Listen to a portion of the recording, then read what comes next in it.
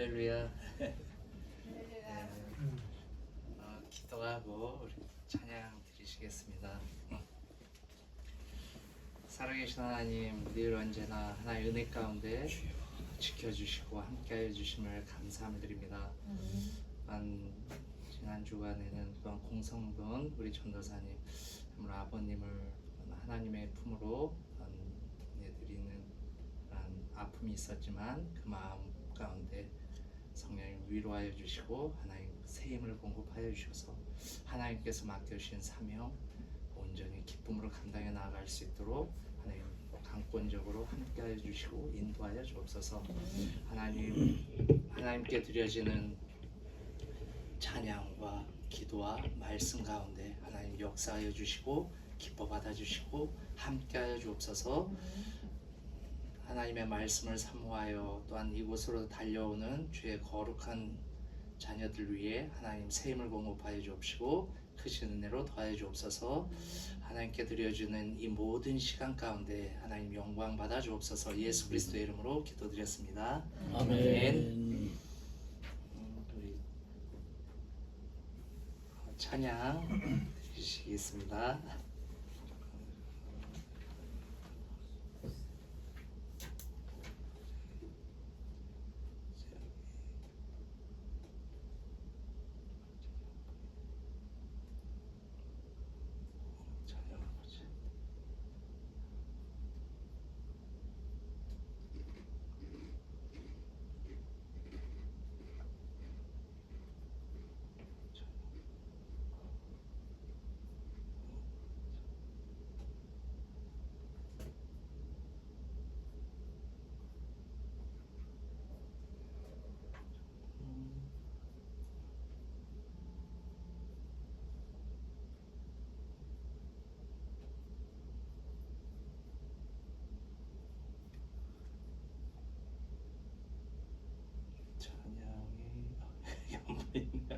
못 찾고 있네요. 우리 카톡방에 있던데. 지금 카톡방으로 올렸는데 카톡방에 있어요. 내 이름 하나 치고서 들어가면 돼. 내가 보내드릴까요? 볼게요.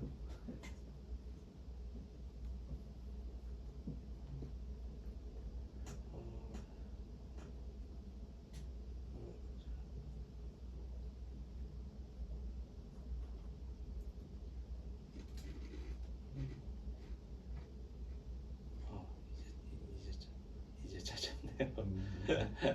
네, 참 올 한 해도 벌써 다 지나가는 것 같습니다. 앞으로 2달밖에 남지 않았지만 올해 또한 하나님 지금까지 지내온 것 하나님 은혜임을 고백하며 하나님께 찬양 드리시겠습니다.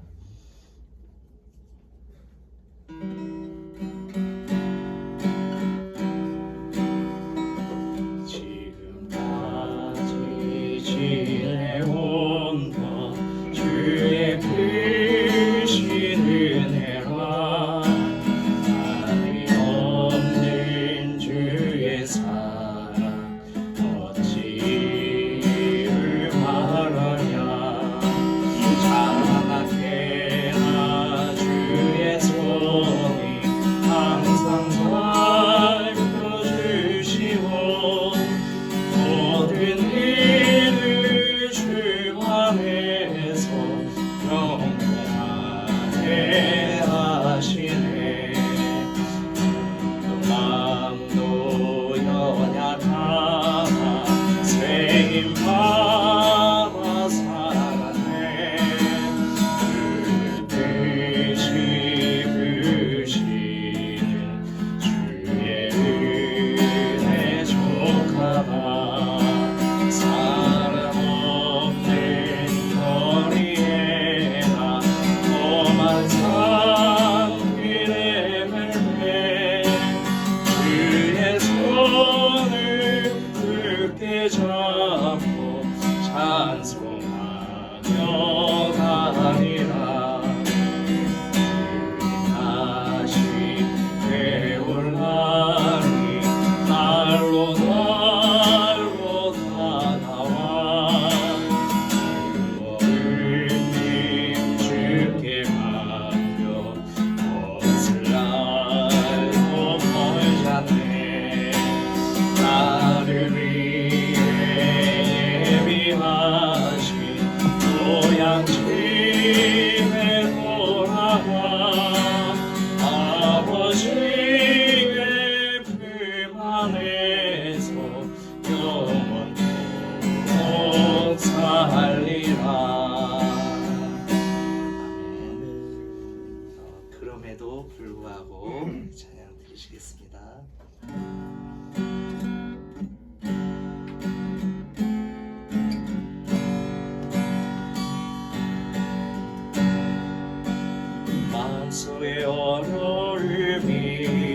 때 마음속에 어려움이 있을 때 마음속에 어려움이 있을 때 주님 내게 먼저 오사 내 맘을 안지고 주님 앞에 나올 수 없을 때 주님 앞에 나올 수 없을 때 주님 앞에 나올 수 없을 때 주님 날 먼저 안으시네. 그럼에도 불구하고 날 사랑하시는 내 하나님의 사랑 나의 모든 걸 덮고 그럼에도 불구하고 날 안아주시는 내 하나님을 부를 때 아버지라 부르죠. 마음속에 어려움이 있을 때 마음속에 어려움이 있을 때 마음속에 어려움이 있을 때 주님 내게 먼저 오사 내 맘을 만지고 주님 앞에 나올 수 없을 때 주님 앞에 나올 수 없을 때 주님 앞에 나올 수 없을 때 주님 날 먼저 안으시네. 그럼에도 불구하고 날 사랑하시는 내 하나님의 사랑 나의 모든 걸 덮고 그럼에도 불구하고 날 안아주시는 내 하나님을 부를 때 아버지라 부르죠. 그럼에도 불구하고 날 사랑하시는 내 하나님의 사랑 나의 모든 걸 덮고 그럼에도 불구하고 날 안아주시는 내 하나님을 부를 때 아버지라 부르죠.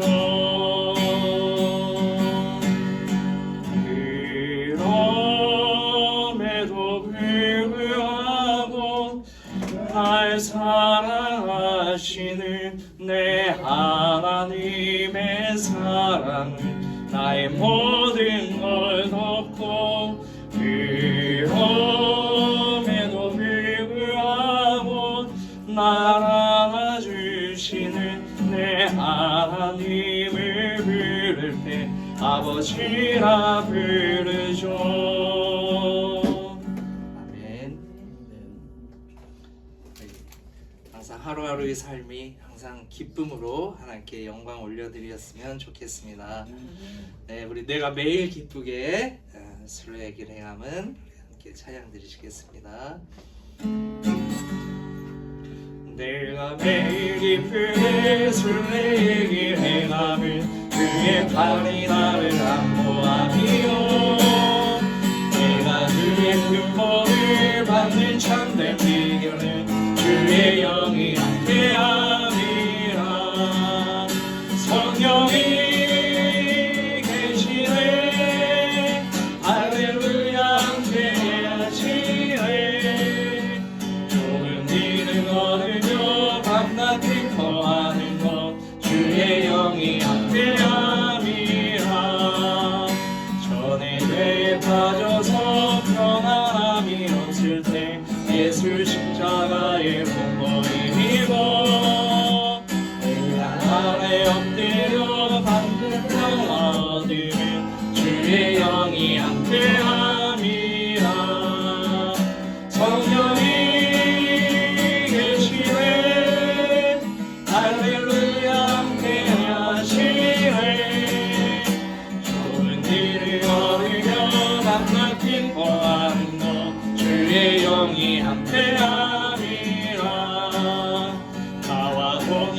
하시고 모든 염려하시니 나는 숲의 새와 같이 그하 내가 기쁜 마음으로 주의 뜻을 행함은 주의 영이 함께함이라 성령이 계시네 할렐루야 함께하시네 좋은 일을 걸으며 만나 기뻐하는 것 주의 영이 함께함이라 세상 모든 영광과 나의 모든 예수 신의 입이 못을 막았네 어두운 밤이 지나고 무거운 짐 벗으니 주의 영이 함께함이라 성령이 계시네 할렐루야 함께하시네 좋은 일을 걸으며 만나 기뻐하는 것 주의 영이 함께함이라 성령이 계시네 성령이 계시네 할렐루야 함께하시네 좋은 일을 걸으며 만나 기뻐하는 것 주의 영이 함께함이라 아멘. 함께 기도하고 주 안에 기뻐함으로 순종함으로 나아갔으면 좋겠습니다. 우리 자신을 위해서 기도하고 또 말씀을 전하여 주실 유호림 목사님을 위해서 우리 주여 한번 힘있게 외치고 부르짖고 다 함께 기도드리시겠습니다. 주여! 살아계신 하나님 아버지 진심으로 감사함을 드리며 아버지 하나님의 시간을 주셔서 하나님 말씀을 사모하여 주시고 그리고 모든 귀한 하나님의 자녀들에게도 양념 가운데 있어 하나님의 은혜를 주시고 능력을 주셔서 하나님 말씀도 완전히 바랍니다. 오해 성령 주의 성령으로 역사하시고 감정을 베풀어 주시고 함께해 주시는 그 신령사가 나타나도록 아버지 역사하셔서 함께해 주시는 거 믿습니다. 우리 하나님 앞에 감사드립니다. 살아계신 하나님 감사합니다. 하나님 참으로 날씨가 추워지고 또한 우리의 몸이 움츠러들 수 있지만 그래도 우리 그럼에도 불구하고 하나님 말씀을 사모하여 또한 말씀을 배우고자 하나님 신학교에 나올 수 있도록 시간과 여건과 환경을 주관하여 주심을 감사함을 드립니다. 하나님 참으로 특별히 또한 말씀을 전하여 주실 유호림 목사님의 영육간의 강건함으로 더하여 주옵시고 하나님의 놀라운 그 지혜의 능력을 말씀으로 충만케 하여 주시사 전하여 주실 때마다 우리 마음판에 온전히 새겨지게 하여 주옵시고 우리의 육신이 약하지 아니하고 더욱더 강건함으로 하나님 말씀을 깊이 깨닫는 은혜의 시간 되도록 인도하여 주옵소서. 하나님 함께하여 주심을 감사함을 드리오며 예수 그리스도의 이름으로 기도드렸습니다. 아멘.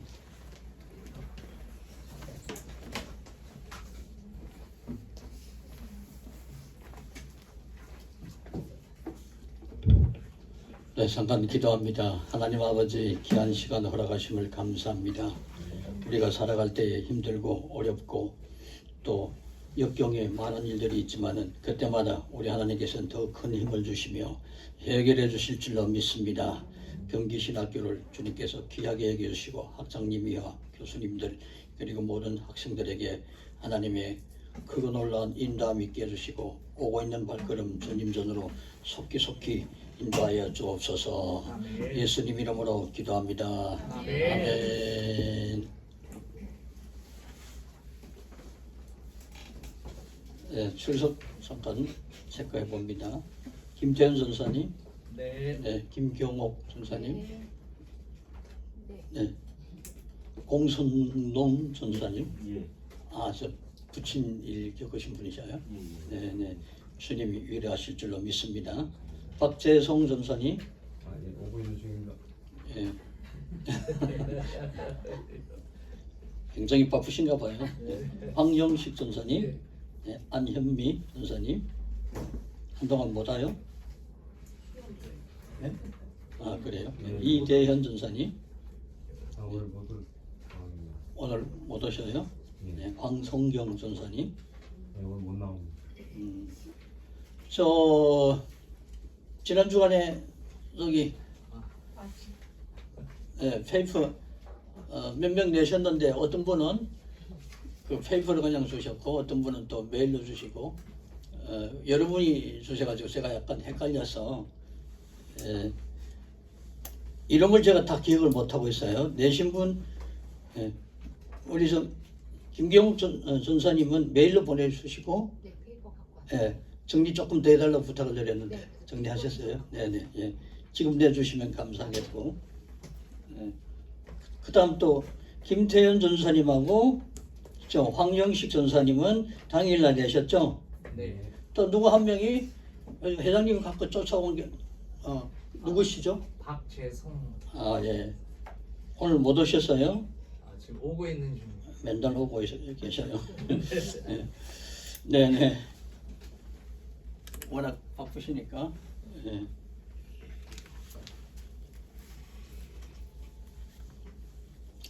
제가 저 신학교 다닐 때 우리 학생들이 불평이 많았던 게 그 고3 공부하듯이 공부를 시켰어요. 4시 반에 수업을 마치고 시험 치는 때는 7시, 저녁 7시까지 시험을 쳤어요. 우리가 고3이냐 하고 투들투들거리고 얼마나 힘드는지 몰라요. 그런데 그때 그렇게 배워놓은 것이 지금 그게 지금 이렇게 서먹는 거예요. 그러니까 여러분 공부할 기회를 놓치면 여러분이 막상 이제 목회를 하고 목사가 되면 바빠서 공부할 기회가 없어요. 아유 그래도 목사님 뭐 우리는 직장 생활하고 저녁에 나서 얼마나 힘든 줄 압니까? 이렇게 하실 분이 있을지 모르겠지만은 저도 주경 야독 출신이에요. 고등학교 1학년 때 고등학교를 중퇴해서 금정고시를 했어요. 그래서 낮에는 직장 다니고 밤에는 학원 다닐 형편이 안 돼서 집에 와서 저녁밥만 먹고 그대로 교회 가서 기도하면서 금종고시 책이 있어요. 그걸 딸딸딸딸딸 외웠어요. 새벽 기도할 때까지. 주경 야독 출신이에요. 그래서 여러분의 심정을 잘 압니다. 그래도 해야 됩니다. 그쵸? 자, 얼굴이 인상이 따라합시다. 그래도 해야 한다. 그래도 해야 돼요. 배울 때 배워야지 이제 좀 더 있으면 또 못 배워요. 그래서 목사님들이 여러분 표현이 죄송합니다만은 목사님들이 너무 모르고 무식한 만큼 애처로운 게 없어요. 알아야 면장을 한다 그런 말이 있잖아요. 그렇죠? 이 배우는 기회에 여러분이 최대한 공부를 하시기 바랍니다. 이게 여러분 가르치는 사람으로 여러분에게 부탁이고 또 먼저 길을 걸어본 사람으로서 여러분에게 부탁을 드립니다. 다시 한번 합시다. 그래도 해야 한다. 그래도 해야 한다. 자주 간다. 자 어디까지 했습니까? 36페이지 헬라교부 그쵸? 36페이지 헬라교부 이 교부들은 여러 많은 교부들이 있습니다만 중요 교부들이 교과서에 나와 있습니다. 그래서 헬라 교부, 라틴 교부 크게 나눠서 이렇게 나눠집니다. 그 이유는 지방이나 언어나 사상이 다르기 때문에 헬라하고 라틴하고 잘 섞이질 못해서요. 그래서 헬라 교부, 라틴 교부 이렇게 가르침이 좀 다를 수가 있어서 이렇게 편의상 나눈 거로 생각이 됩니다. 자, 이 헬라파는 소아시아파, 알렉산드리아파로 이렇게 나눠지고 그리고 라틴 신학자들은 어떻게 파벌 없이 그대로 하나로 갑니다. 자, 그래서 이제 36페이지 찾았습니까? 네. 네. 김태현 전사님, 네. 네, 1번 읽어주세요. 소아시아의 신학자들 이들이 활동한 시기는 대략 170년경으로서 변증파 시대의 끝에 해당한다. 이 무렵에도 변증서가 계속 나오는 등 변증에 열심히 완전히 식어진 것은 아니나 교회는 점점 내부의 충실에 열중하였으며 신학교를 건설하는 시대로 접어들었다. 또 이 무렵 헬라 신학자와 라틴 신학자가 나누어지기 시작했다. 지방과 언어가 다를 뿐 아니라 국민성의 차이로 사상의 경향도 달라졌기 때문이다. 헬라파도 둘로 나누어지는데 하나는 소아시아파이며 다른 하나는 알렉산드리아파이다. 소아시아파는 사도 요한의 뒤를 이은 사람들로서 성경의 해석에 중점을 두고 사상과 신앙의 온건함이 이들의 장점이었다. 이들은 이단에 대해서는 강한 대항적 자세를 취했다. 이 파의 지도자는 이레네우스와 히폴리투스이다. 네, 그렇죠.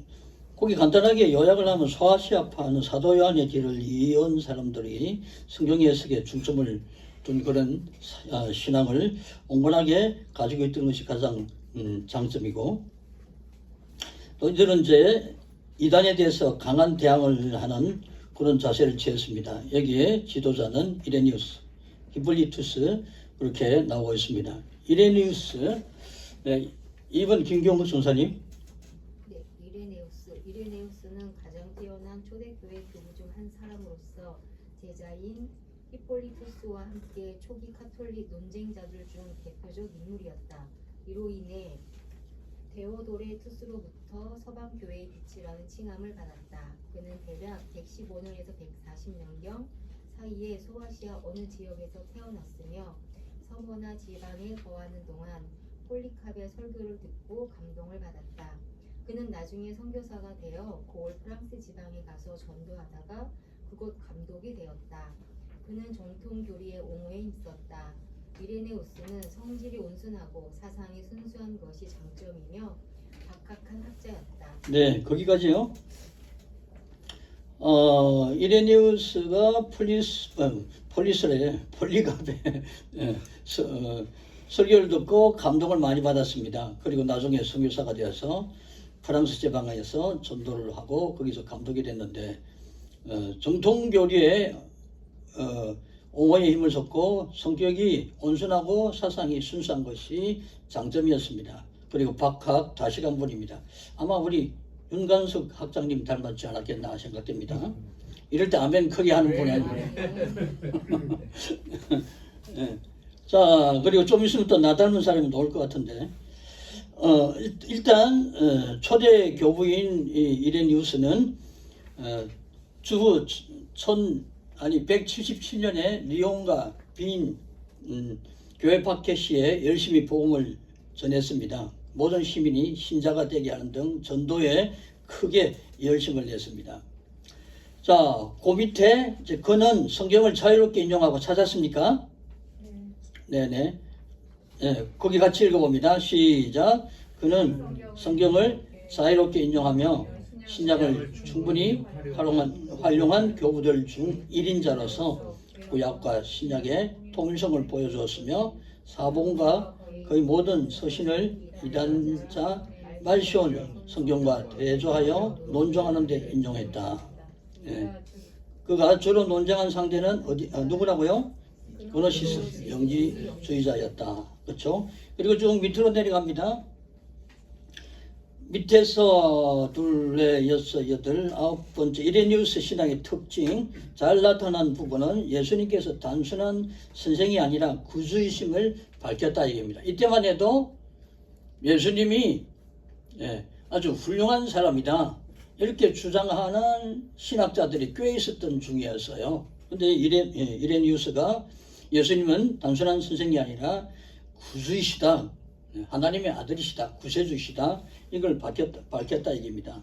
이방 종교의 교소들처럼 선한 가르침을 베풀었다 이 정도가 아니었다는 거예요. 확실하게 예수님이 하나님의 아들이시고 또 거룩한 하나님이셨다는 것을 이레니우스는 강조했던 것이 그 이후에 모든 후배들에게 커다란 지침이 됐다는 겁니다. 자, 그 다음에 다음 페이지 이레니우스의 신학사상의 중심은 로고스가 아니고 성육신과 속죄의 있었습니다. 그리고 오랫동안 잊어버리고 있던 바울 신학 이레니우스에 의해서 다시 상기시켰다 얘기입니다. 성경을 바로 세우고 성경을 정리하는데 큰 영향을 끼친 분입니다. 아까 얘기했죠, 그렇죠? 소아시아 학파, 헬라는 소아시아 학파, 그다음 소아시아 학파와 알렉산드리아 학파로 나눠지고 라틴 교부들은 트툴리안과 그 제자인 히폴리안으로 나눠집니다. 자, 그 다음에 히폴리투스는 잠깐만 언급합니다. 이 히폴리투스는 이레니우스의 제자인데 1170년에 태어나서 2000이 아니고 235년에 죽었습니다. 그는 주석과 연대기와 부활절 계산 변정과 이단 반대자로 유명했습니다. 그리고 밑으로 쭉 내려갑니다.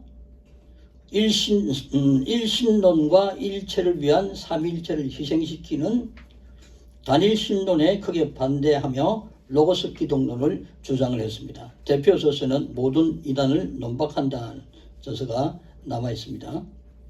그 다음에 이제 알렉산드리아 학파라고 합니다. 알렉산드리아 학파. 우리 공준사님 읽어주실랍니까? 알렉산드리아 학파의 신학자는 철학가고 문학의 소양이 풍부했다. 그들은 이단을 반대하며 참 진리를 세우는 것을 근본으로 삼았으나 그 자유 연구 태도와 세상 지혜는 복음적이 아니라는 비난도 받았다. 클레멘스와 오리게네스가 이 파의 대표자들이다. 2세기 말 알렉산드리아 교회가 유력한 교회가 되었을 때 기독교를 배우고자 하는 많은 학자들을 가르치기 위한 신학교가 세워졌고 이것이 알렉산드리아 학파의 근거지가 되었다. 이 학교는 처음에 판테누스에 의해 지도되었다. 판테누스는 하나님의 말씀에 대한 대단히 열심히 가지고 있었고 멀리 인도까지 여행하며 전도를 했다고 한다. 그의 사적은 별로 전해오는 것이 없으나 그의 제자 클레멘스와 오리게네스에 이르러 이 학파는 최고 변성기를 맞이하였다. 네, 그 다음에 클레멘스에게는 속사도 클레멘스를 얘기하지 않고 그냥 이름을 가지고 있는 클레멘스는 알렉산드리아 학파에 속해 있는 그 사람을 얘기합니다. 로마의 클레멘스하고 구별하셔야 됩니다. 지난번에도 말씀드렸죠. 자, 거기 황영식 전사님 클레멘스 읽어주세요. 150년경에 아테네에서 출생하며 180년경 판테누스를 만나 수학하였고 189년부터 10년간 알렉산드리아 신학교의 교수로 있었다. 200년 세티미우스 시베루스 황제의 박해 때 안디오를 피하며 거기서 저술과 설교에 종사했으며 후에 예루살렘에 이르렀다가 다시 알렉산드리아로 돌아가서 213년경에 죽었다. 클레멘스는 성격이 온화하고 명상적인 사람으로 논쟁의 자리에 서기를 좋아하지 않았다. 그는 폭넓은 교양과 문학적 소양이 있는 사람이었다. 알렉산드리아 학파는 철학과 기독교 간에는 모순이 없을 뿐 아니라 기독교는 철학을 유용하게 사용할 수 있다고 믿었다. 그에 하여 옛 철학, 특히 플라톤주의와 스토아 사상의 좋은 점들을 모아 크리스찬 영지주의를 낳았다. 클레멘스는 이러한 활동의 중심 인물이었다. 그의 주요 저서로는 이방 종교의 헛됨을 설명함으로써 기독교를 믿게 하려는 목적으로 쓴 그리스도인에게 주는 권면과 그리스도인들의 생활론으로 당시의 풍속, 습관, 도덕을 설명한 세 권짜리 책 교육자와 순서 없이 모은 철학, 종교, 신학의 비망록인 작설 등이 있다. 네, 클레멘스의 활동도 44페이지에 보면 한번 보세요. 거기 교부들의 활동을 잘 정리를 해놨습니다. 조금 이따 이걸 한번 같이 생각을 해봅니다. 그래서 또 한번 잠깐 짚고 넘어가도록 하겠습니다. 그 다음에 올리겐입니다. 올리겐 그 이후에 여러분들이 아직 오시는 분들이 계속 못 오고 계십니까? 다시 우리 1번 회장님으로 넘어갑니다. 올리겐 좀 읽어주세요. 오리겐 185년경에 알렉산드리아에서 출생한 오리겐은 총명하고 부지런한 대학자였다. 18세 때 스승의 클레멘스의 뒤를 이어 신학 교수가 되었고 암모니우스 사카스에게 철학을 배웠다. 거룩한 삶을 향한 오리겐의 열망과 금욕적인 경향은 스승인 클레멘스보다 훨씬 더하였다. 그는 천국을 위해 스스로 고자된 사람 중 하나였으며 네, 깊이 우리가 기도할 만하죠. 귀하신 분입니다. 그리고 쑥 내려갑니다. 첫째, 김경욱 전사님. 네. 첫째는 성경에 관한 것으로서 본문 비평과 주석이 있다. 비평서로는 헥사플라 6가지 번역 성경을 꼽을 수 있는데 이 책은 그때까지 나온 기독교 학자들의 모든 저서 중 가장 중요하고 방대한 저술이라고 할 수 있다. 주석 역시 신구약 전체에 걸친 방대한 것이었다. 둘째는 교리상의 저서로서 제1원리라는 큰 책이다. 이 책은 기독교 교리를 체계적으로 기술한 책인데 오늘날의 조직신앙에 해당하는 최초의 책이라고 할 수 있다. 셋째는 변증적인 저술로서 겔수스를 반박합니다. 이것은 8권으로 된 방대한 책인데 전부 전해지고 있다. 오리겐은 성경을 중히 여겨 그것을 신학의 기초로 삼았다. 그는 필로와 같이 성경을 철학과 조화시키고자 하며 구약 해석을 함에 있어서 풍유적 또는 우화적 해석법을 사용하였다. 이 해석법은 헬라 철학자들이 신화와 신에 관한 시를 해석할 때 사용한 방법인데 이 원리에 의거하며 오리겐은 성경 말씀에서 한 가지 뜻만 찾지 않고 3가지 뜻을 동시에 찾고자 했다. 네. 자, 거기 오리겐의 뛰어난 저술 3부분, 그렇죠? 기억을 잘 해놓으시고, 그 다음에 오리겐에 대해서 얘기할 게 많아요. 다 읽으려면 시간이 없어서 거기 큰 글씨 오리겐 항상 기독교 진리를 철학과 조화시켰다. 그렇죠? 철학적 방법으로 해석하려 했다. 그리고 쭉 내려가면 어떻게 표현을 해야 되나? 빨리 찾으려고 하니까. 하여튼 그 밑에 보면 오리겐은 영혼 선제설을 주장했다. 그렇죠? 영혼 선제설은 영혼이 먼저 존재해 있었다. 이런 뜻이에요. 그리고 또 오리겐은 내세관에 연옥과 지옥 유한설을 포함을 하고 있어요. 오리겐이 이게 잘한 점이기도 하고 오리겐이 또 잘 못한 점이라고 지적받는 부분입니다. 그리고 그 밑에 오리겐은 큰 것이 있죠. 바울 이후 누구보다도 예수님의 죽으심의 속죄적 가치를 강조를 한 이런 사람입니다. 그래서 41페이지 그러나 어쨌든 찾았습니까? 네, 시작. 그러나 어쨌든 오리겐의 신학은 니케아 회의 이전까지의 교회에 있어서 최고의 지적 성취로서 이후 동방교회 사상에 큰 영향을 주었다. 후대의 기독론 논쟁에서는 학자들마다 서로 그를 인정했기 때문에 그의 고향 알렉산드리아 회의와 주스 황제 회의 제5차 교회 대회에서 그를 이단으로 정죄했다. 그에 있어서는 주로 일반 신자들보다 지식층을 위한 것이다. 이렇게 여러분이 오리겐에 대해서는 다시 한번 잘 정리를 하고 다시 한번 읽어볼 필요가 있습니다. 그 다음에 라틴 교부입니다. 라틴 교부는 여러 교부가 있습니다만은 그 중에서 터툴리안과 카프리안 2 교부만 언급을 합니다. 터툴리안 봅니다. 터툴리안. 자, 우리 공전사님 다시 한번 읽어주십니다. 터툴리안은 신학을 라틴 신학으로 개편하였고 라틴역 성경도 마련하였다. 이런 점에서 그는 라틴 신학의 아버지로 불린다. 그에게서 형성된 라틴 신학은 키브리안과 암브리시우스로 계속 발전되었다. 알렉산드리아 교부들은 대개 헬라 철학에 중통한 사람들임에 비해 라틴 교부들은 대개 법률, 정치 등의 사회 과학적인 교양을 갖춘 사람들이라는 점에서 차이가 있다. 그리하여 알렉산드리아 신학은 기독교가 지니고 있는 형이상학적 지지의 특성을 잘 설명한 데 비해 라틴 신학은 기독교의 역사성을 분명히 해주는 데 도움을 주고 있다. 네. 자, 간략하게 요약을 하면 라틴 교부는 법이나 어떤 정치 또 사회 과학적인 사고를 많이 가르쳤어요. 그런데 알렉산드리아파는 헬라 철학을 많이 주장했어요. 그런 약간 차이점이 있습니다. 크게 나눠서 라틴 교부 또 헬라 교부 이렇게 나눠지는데, 라틴 교부는 법, 정치, 사회과학적인 어떤 그런 사고, 헬라파에서는 좀 철학적인 그런 부분으로 신학을 많이 다뤘다 이게요. 금방 오신 분 성함이 어떻게 되십니까?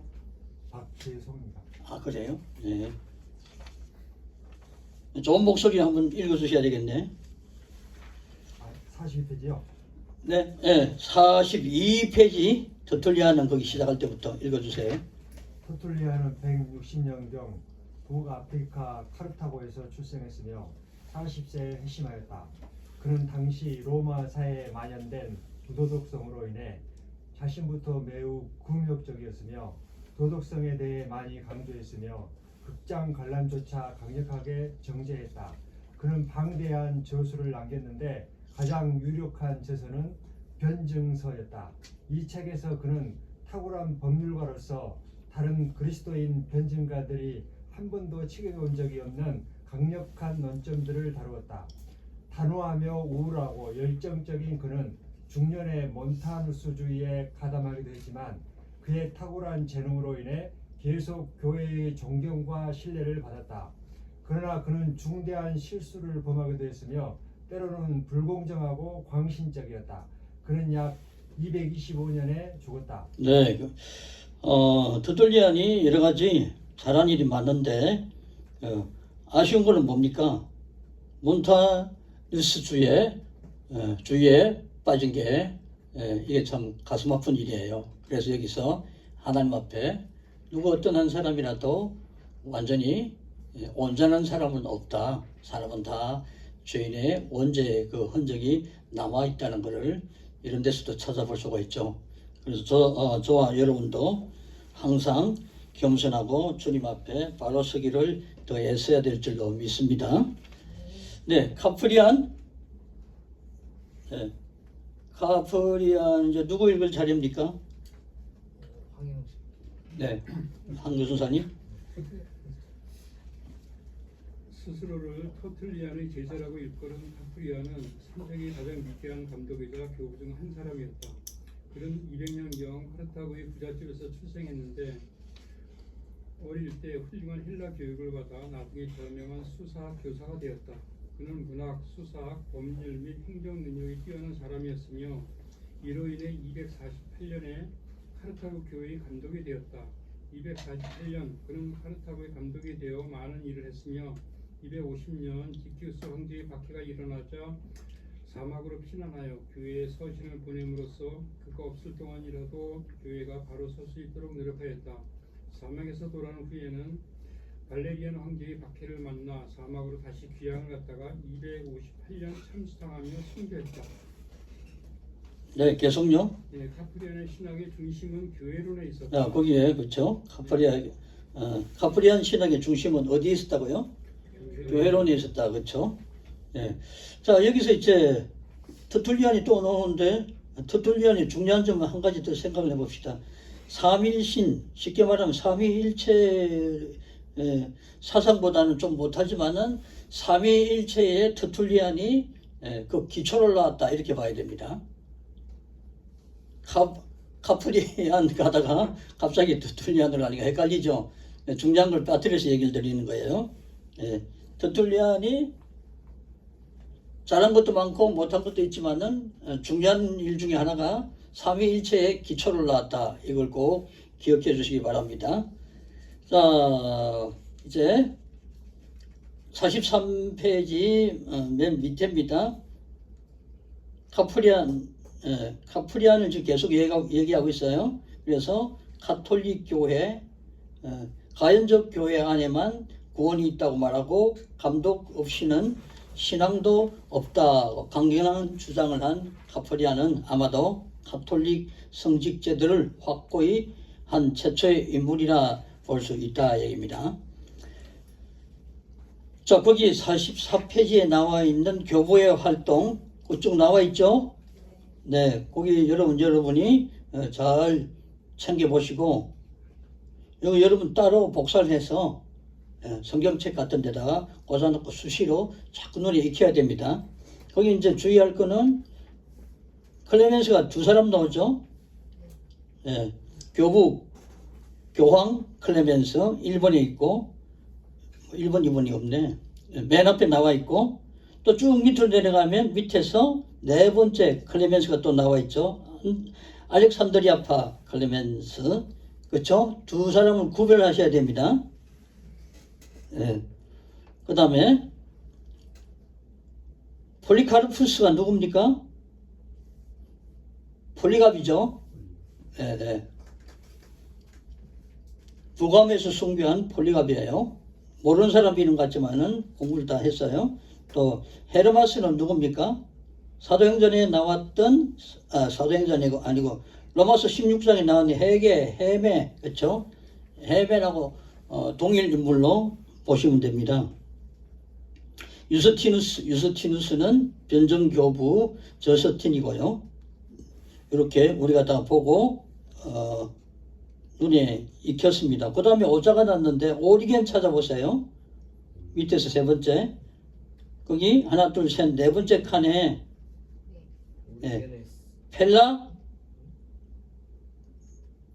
펠사 플라랬죠. 오자가 났어요. 헬사입니다. 헬사. 고쳤습니까?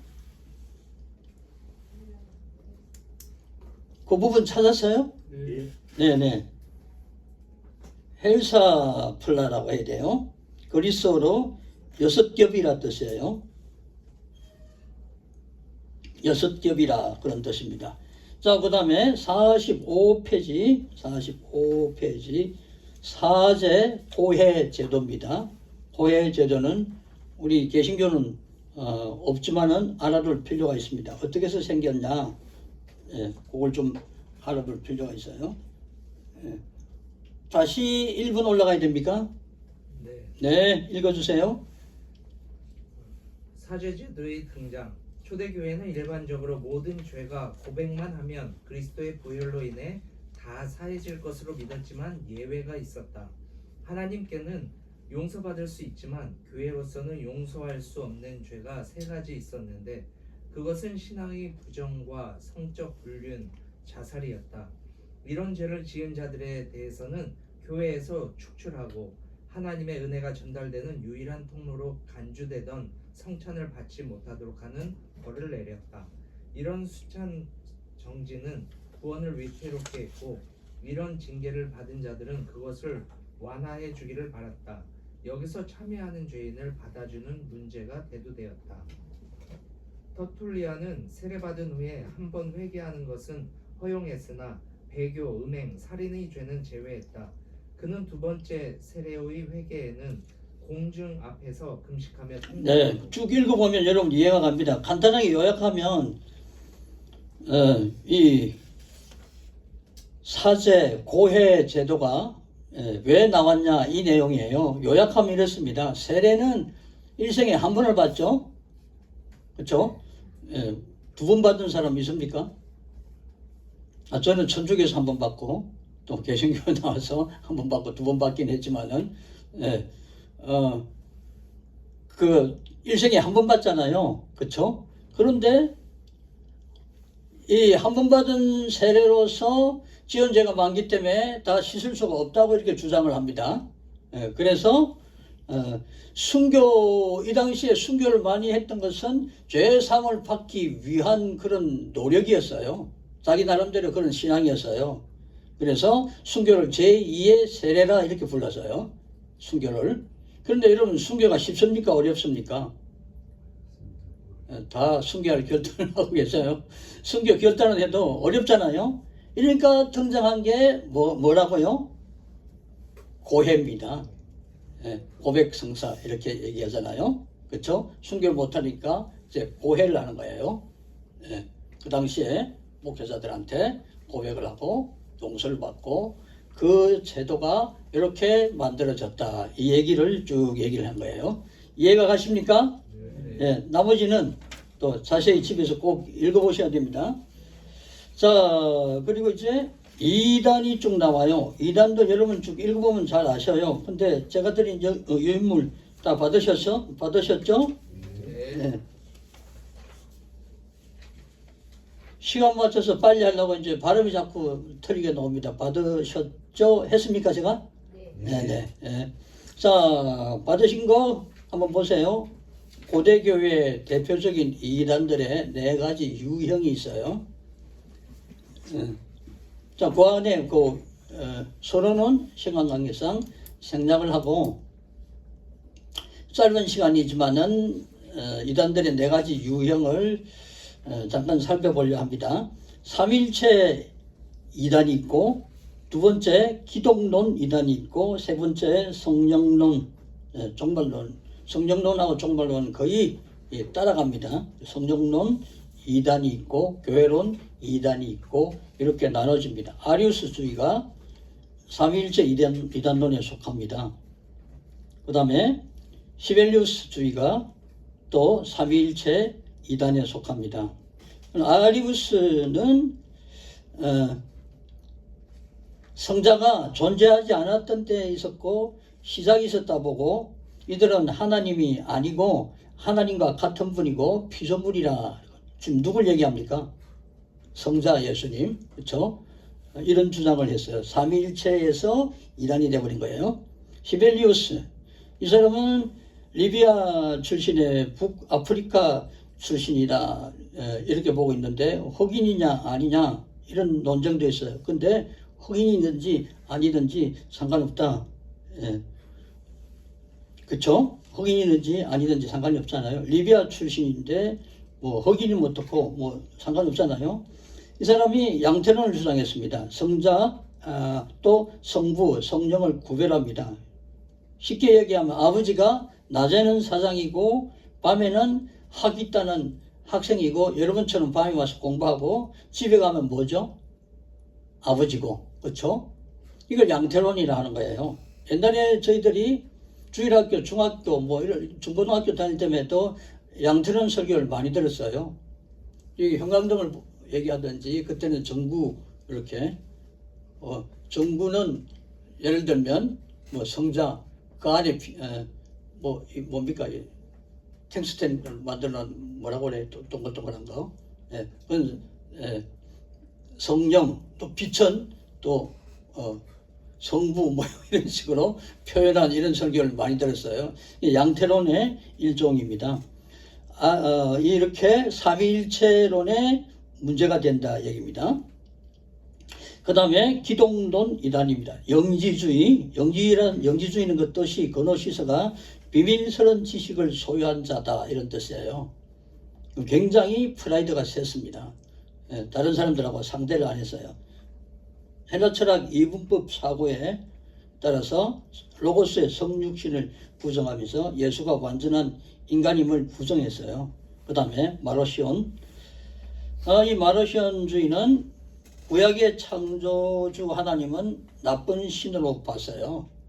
그리고 예수 그리스도를 보내신 하나님과 동일시할 수 없다고 이렇게 주장을 했습니다. 구약의 하나님과 신약의 하나님을 다른 신으로 해석하고 그리스도께서 육체로 오셨음을 부인했다는 겁니다. 3번 폴리나리스주의는 이분은 라오디게아 감독인데 예수님의 육체와 이성은 사람의 것이지만은 영혼은 하나님의 로고스로 대체됐다고 주장합니다. 예수께서 완전한 인간을 부정했습니다. 지금 현대주의자 신학자들이 예수님이 하나님이 아니고 인간에 지나지 않는다고 주장하는 것과 비슷합니다. 성령론, 종말론 거의 같이 간다고 그랬죠. 여기 대표되는 이단주의자들은 몬타누스입니다. 성령과 영적 권능에 지나치게 관심을 많이 가졌어요. 그래서 교회 권위가 감독의 안수하는 거 있잖아요. 안수대에 있지 않고 성령의 카리스마적 권위에 의존해야 된다고 강조합니다.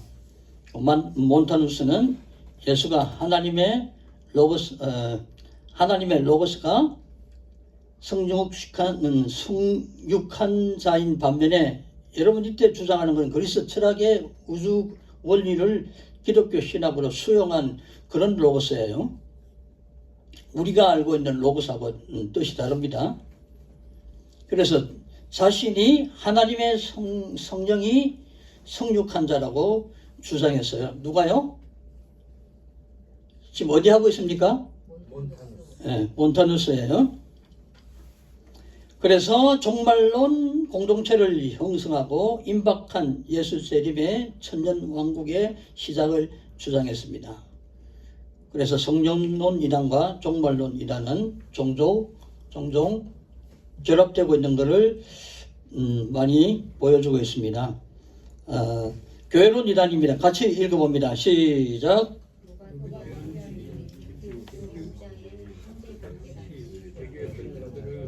회개해도 교회에 다시 받아들여져서는 안 되며 구원을 공수도 용서받을 수 없다고 주장했다. 이 문제로 로마 주교 코르넬리우스와 대립했다. 네, 도나투스 시작. 도나투스주의자 외교의 용서 없는 신앙을 강조하는 극진파로 발전하며 기존 교회의 교제적 행동을 취했다. 배교자를 받아들인 복평교회를 부정하고 자체적인 지역의 교회를 구성하였고 자체 주교를 이어가며 독자적인 교회의 모습을 유지하였다. 예, 여기 제 이단론을 보면서 각 이단의 양태들을 같이 살펴보지 않습니까? 지금 말세를 만난 우리 신학생들이 어떻게 대처해야 되는가 여기에 대한 도전적인 어떤 과제. 사실은 이거 종교 개혁 레포트 아니었으면 이걸 레포트를 하려고 했었어요. 갈등을 하다가 종교개혁에 맞게 종교개혁 레포트를 부탁을 했는데, 자 1번부터 한번 읽어봅니다. 시작. 어거스틴 시작. 없어요? 네. 2페이지 1번. 도전 과제가 있잖아요. 어거스틴은 다수 집단인 교회를 대신해서 2번이에요? 네. 아유, 그러네요. 시작. 어거스틴은 당시 다수 집단인 교회를 대신하여 성령의 효력은 그것을 베푸는 사제에게 달려있는 것이 아니라 주체의 권위에 달려있다는 논리를 펼쳤다. 도나투스주의자와 노바티아주의자들은 다수로부터 이단자로 중재되어 교회에서 밀려났다. 그들은 분파적 성향을 가졌지만 그들에 대한 교회의 이단 존재는 지나친 면이 있어 보입니다. 네, 어거스틴도 말하기를 다수 교회들이 원하는 대로 그쪽으로 쏠렸다는 거예요. 네. 다수결에 어거스틴도 밀렸다는 거예요. 소직체의 권위에 달려있다는 논리에 같이 딸려갔다는 거예요. 그래서 도나투스나 또 노바티안 이런 사람들은 다수파로부터 이단자로 정제되어서 교회에 밀려났습니다. 분파적인 경향은 보였지만 이 사람들이 그들이 교회 이단 정제는 좀 지나친 면이 있어 보인다 하고 신학자들은 지금 얘기하고 있습니다. 그래서 과연 성례의 효력은 그것을 베푸는 개인의 성결 그리고 거룩성과 무관하냐? 이래서 이제 문제가 되는 게 우리나라의 일제 말기에 우상 숭배를 행하고 강요하고 권유하는 한국교회 목사들이 일부 그런 목사님들이 있었잖아요. 그들이 베푼 성찬과 세례 또 그들이 한 목사 안수례는 유효한가? 여기서 지금 여러분 알고 계신지 몰라도 저희들 때는 재건파가 있었어요. 예. 지금 이름이 바뀌어서 어떤 교단으로 지금 활동 계속 하고 있는데 이 재건파는 이단이라고 볼 수는 없지만은 아주 강건했어요. 예. 너무 그 뭐랄까 고지식할 정도로 예.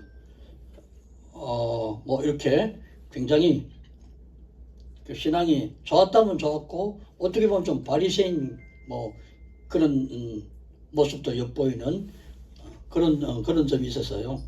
자, 이렇게 볼 때 재건파는 친일 교권의 청산을 요구했고 또 그 당시에 또 폭흥파가 있었어요. 과거에 집착하지 말고 미래지향적인 교회 부흥을 추진할 것을 주장을 했습니다. 그리고 여러분 근간에는 여러분 동성애 자임을 표방하는 어떤 목사가 베푸는 성찬과 빵, 포도주 그걸 아무런 거리낌 없이 받아먹고 마셔야 하는가 여기에 대한 문제가 있을 수 있지 않습니까? 그렇죠? 그리고 3번 끝부분이 있습니까? 어거스틴 이론. 예, 시작. 어거스틴의 이론 곧 사제가 집행하는 성례는 집행자의 윤리적 도덕적 품성과 무관하게 유효하다는 원칙은 성례가 하나님으로부터 비롯된 고귀한 것을 강조한다. 오늘날의 목회자가 자기 수양을 게을리해도 좋다는 표명으로 남용되고 있는 듯하다. 그쵸. 어거스틴의 이론이 사제가 집행하는 성례는 집행자의 윤리적 도덕적 성품과는 무관하고 다 유효하다는 이 원칙. 라틴어로 엑스 오페레 오페라토. 예. 무슨 뜻이냐면 수행된 행위 자체에 능력이 있다는 거예요. 예.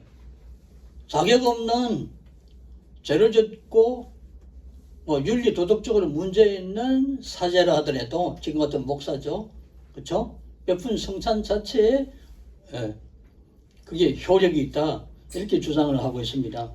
그렇다면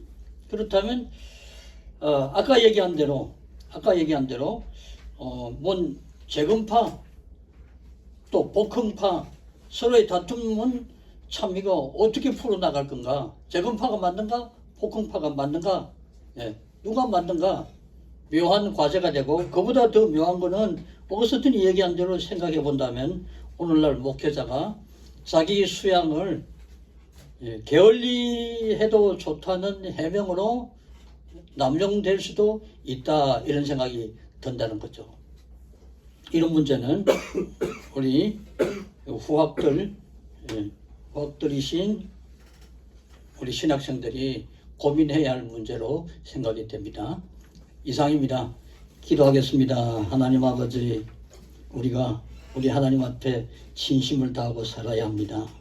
하나님 그 어떤 이론보다도 우리 하나님의 말씀이 우선이란 걸 깨닫게 해주시고 말씀대로 살고 성령의 힘에 의해서 이 말씀을 이겨나가며 맡긴 귀한 양무리를 올바로 가르치게 하여 주옵소서.